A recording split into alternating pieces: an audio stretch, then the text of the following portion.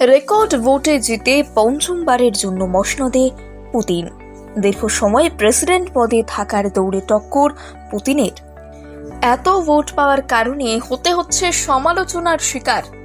দাবি উঠছে পুনর্গণনার। আদৌ কি হবে পুনর্গণনা? দেখুন, পঞ্চমবারের জন্য রাশিয়ার প্রেসিডেন্ট পদে নির্বাচিত হলেন ভ্লাদিমির পুতিন, তা আবার রেকর্ড পরিমাণ ভোটে জিতে, প্রায় 88% ভোট পেয়ে। আর এই রেকর্ড পরিমাণ ভোট পাওয়ার ফলে আরো বেশি করে সমালোচনার শিকার হচ্ছেন নবনির্বাচিত রুশ প্রেসিডেন্ট।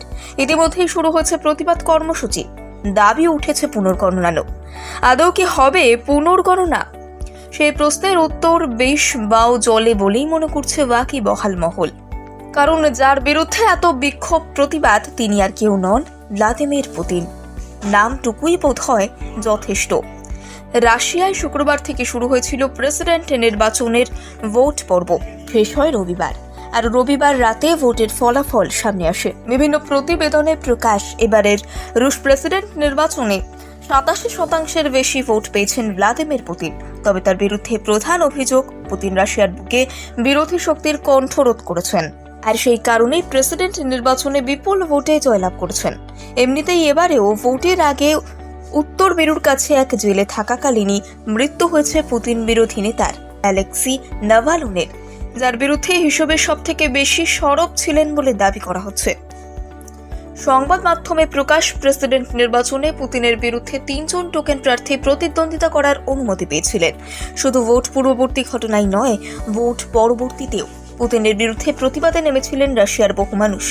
রবিবার ভোট চলাকালীন ভোট গ্রহণ কেন্দ্রের বাইরে দেখা গিয়েছে প্রতিবাদ কর্মসূচি।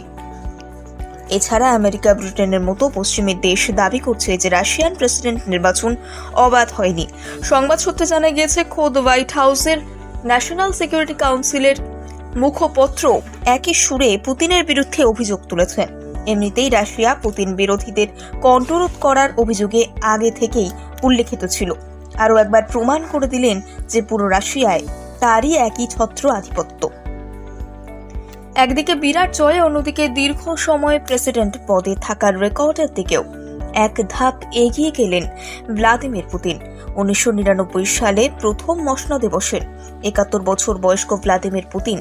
আগামী 6 বছরের জন্য রাশিয়ার প্রেসিডেন্ট পদে যদি তিনি থাকেন, তাহলে জোসেফ স্ট্যালিনের রেকর্ড ভাঙবেন তিনি। এত বছরের ইতিহাসে সবথেকে বেশি সময় ধরে শাসনে থাকার শিরোপাও উঠবে পুতিনের মাথাতেই।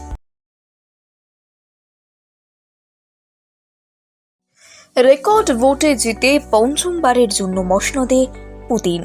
দীর্ঘ সময় প্রেসিডেন্ট পদে থাকার দৌড়ে টক্কর পুতিনের। এত ভোট পাওয়ার কারণে হতে হচ্ছে সমালোচনার শিকার। দাবি উঠছে পুনর্গণনার। আদৌ কি হবে পুনর্গণনা? দেখুন,